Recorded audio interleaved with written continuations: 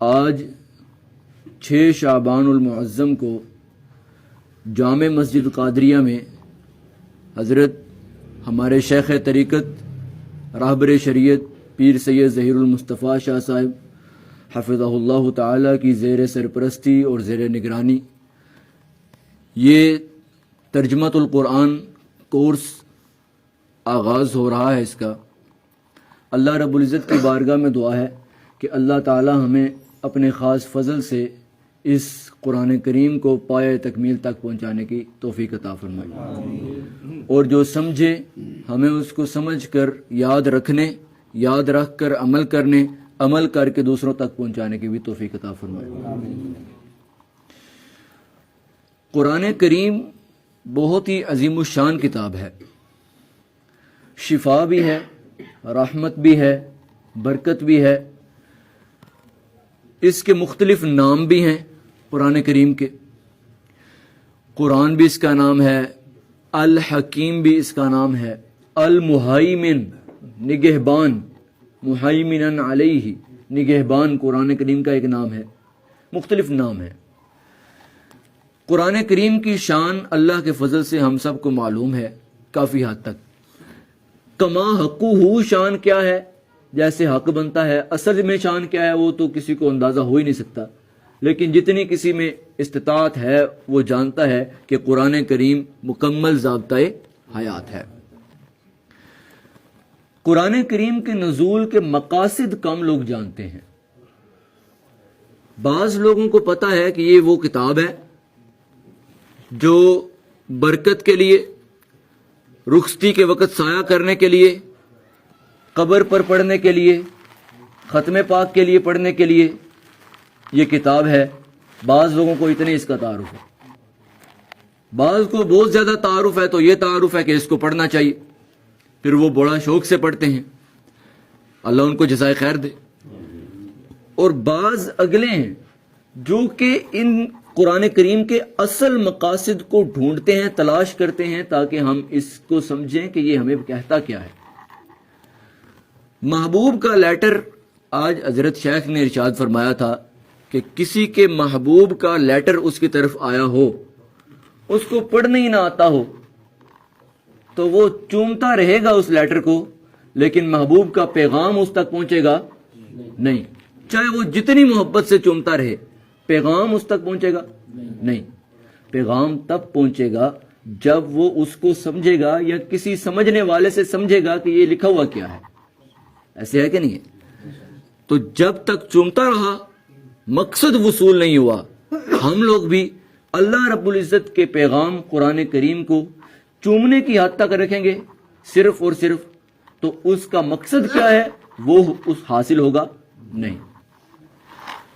قرآن کریم نے اپنے مقاصد کو خود بیان فرمایا ہے۔ ایک جگہ فرمایا کہ قرآن کریم اس لیے نازل کیا گیا ہے کہ اس کو حسین و جمیل خوبصورت آواز میں پڑھا جائے، تو یہ قرآن کریم کے نازل ہونے کا ایک مقصد بیان فرمایا۔ پھر سورہ صاد میں، سورہ نمبر 38 آیت نمبر 29، اس میں فرمایا اللہ رب العزت نے یہ قرآن کریم اس لیے نازل فرمایا ہے تاکہ لیدبروا آیاتہ، اس کی آیتوں میں تدبر کیا جائے، غور کیا جائے، غوطہ زنی کی جائے کہ اس کی آیتیں کہتی کیا ہیں، ڈیرا لا کے بہ جاؤ ایک ایک آیت پہ، یہ ہے تدبر کا معنی۔ آگے وَلِيَتَذَكَّرَ أُولُو الْأَلْبَابِ، جن میں عقل نام کی چیز ہے وہ قرآن کریم سے نصیحت حاصل کریں، یہ مقصد ہے قرآن پاک کو نازل کرنے کا۔ یہ سورہ صاد میں بیان فرمایا۔ پھر واعظ و نصیحت بھی ہے، اس لیے بھی نازل ہوا ہے کہ اس کے ذریعے واعظ و نصیحت کیا بھی جائے اور لیا بھی جائے، لے کے کیا جائے۔ پھر لِتَحْكُمَ بَيْنَ النَّاسِ، سورہ نساء میں 105 میں فرمایا تاکہ لوگوں کے درمیان قرآن کریم کے ذریعے فیصلے کیے جائیں۔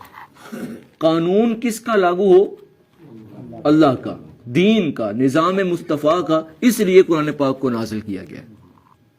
پھر ایک اور مقصد بیان فرمایا لِتُبَيِّنَ لِلنَّاسِ، سورہ نحل 44 میں فرمایا کہ اس لیے قرآن کریم کو نازل کیا ہے تاکہ تم لوگ اس قرآن کریم کو کھول کھول کے دوسروں کو بیان کرو، درس دو اس کا۔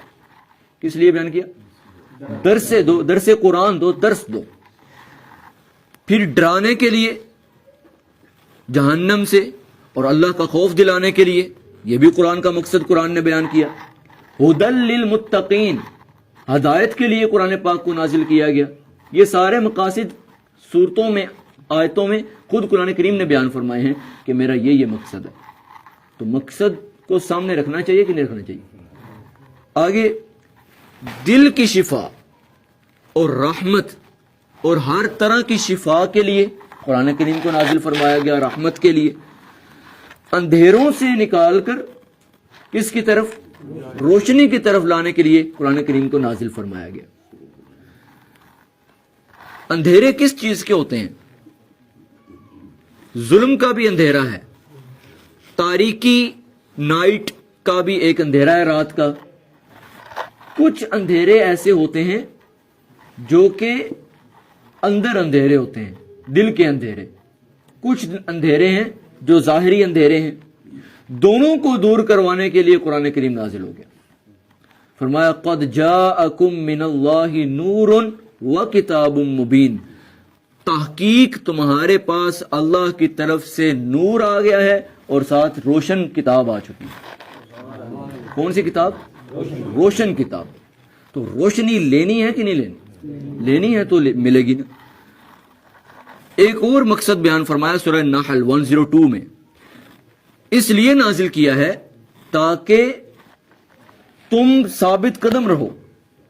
ایمان والوں کو ثابت قدم رکھنے کے لیے قرآن پاک کو نازل کیا گیا ہے۔ تو یہ قرآن پاک کے چند مقاصد، وہ مقاصد جو قرآن کریم نے خود بیان فرمائے۔ اب قرآن پاک سے ہدایت حاصل کرنے کی کوئی تو شرط ہوگی۔ دیکھیں اتنے لوگ قرآن کو پڑھتے ہیں، انگریز بھی پڑھتے ہیں، یہودی عیسائی بھی پڑھ رہے ہیں، کسی کو ہدایت حاصل ہو نہیں رہی۔ کوئی پیچھے کوئی قانون تو ہوگا نا کہ یہ چیز ہوگی تو ہدایت ہوگی۔ تو اس کو بیان فرمایا، پہلی چیز نیت پاک ہو، اخلاص ہو، نیت کا کیا ہو؟ پاک ہو، اخلاص ہو۔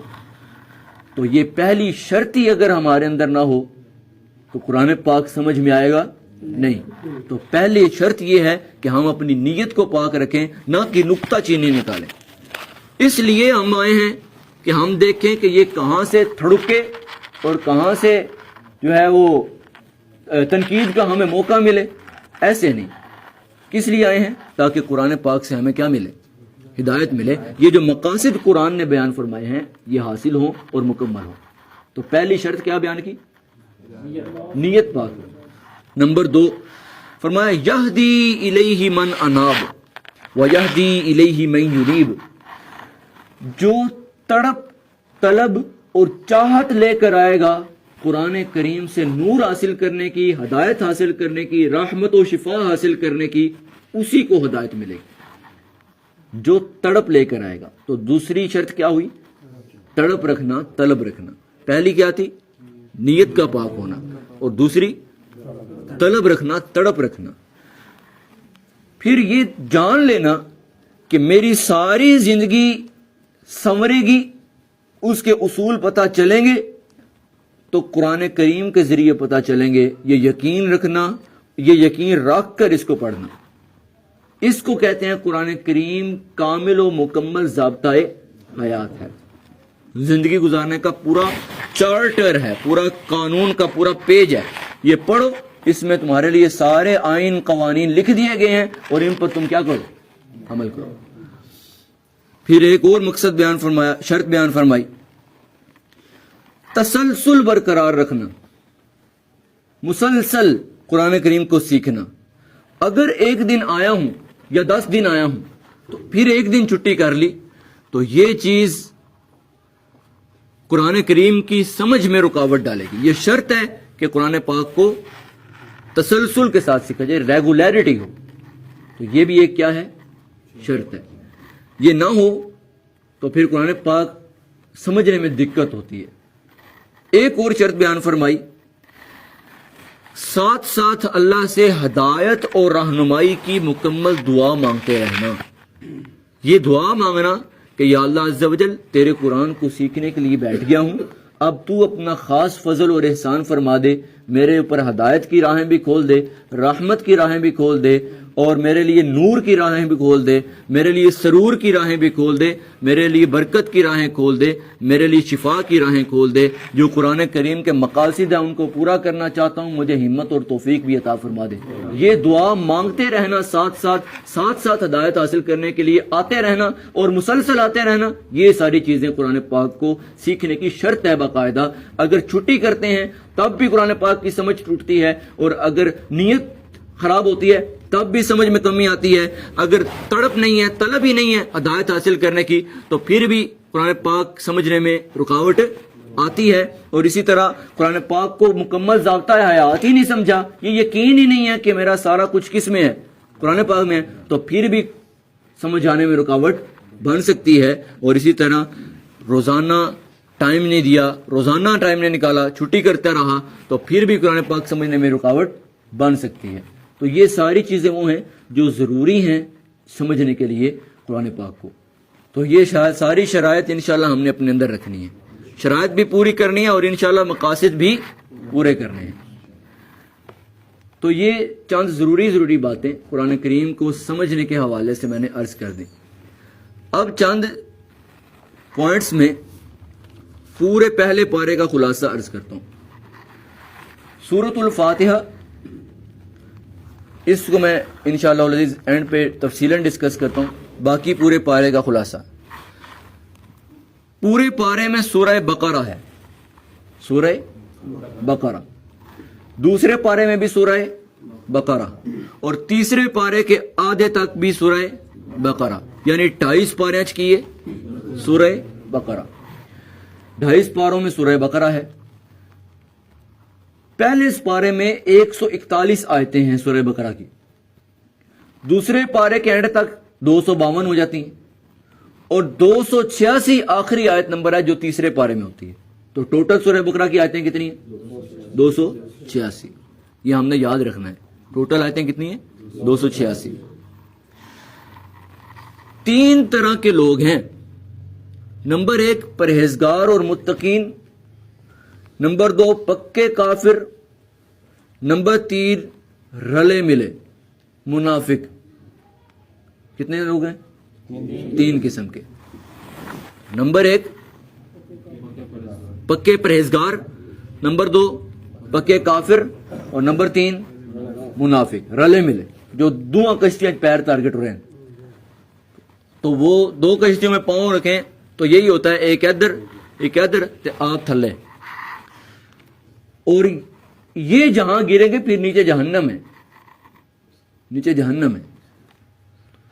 کافر والی کشتی میں پاؤں رکھا ہوا ہے, وہ بھی جہنم ہے, لیکن یہ 2 کشتیوں میں پاؤں رکھا ہے, اس لیے یہ زیادہ ہی ان کے لیے خطرناک مسئلہ ہے. فرمایا اسفل السافلین ان المنافقین فی الدرک الاسفل من النار, منافق جہنم کے سب سے گہرے اور نچلے طبقے میں ہوگا.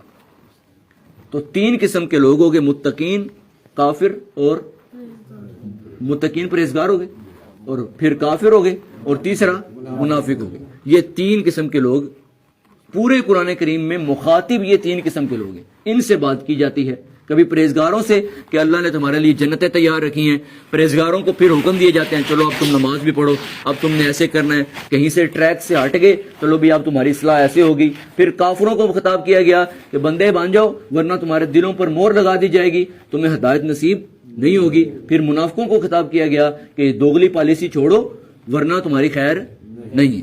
تو یہ پورے قرآن پاک میں جن سے بات کی گئی ہے, سمجھایا گیا ہے, وہ کتنے قسم کے لوگ ہیں؟ 3. پہلے کون سے تھے؟ مسلمان متقین, نمبر 2 کافر, نمبر 3 منافق. ان سے ہی پورے قرآن پاک میں بات کی جاتی ہے. اب پہلے پارے میں شروع میں تینوں کا تعارف کروا دیا, متقین کا بھی, کفار کا بھی, اور منافقین کا بھی. ان تینوں طبقوں کو 3 بندوں کا نام دے لیتے ہیں سمجھنے کے لیے. ایک بندہ ہے متقین, دوسرا بندہ کافر, اور تیسرا بندہ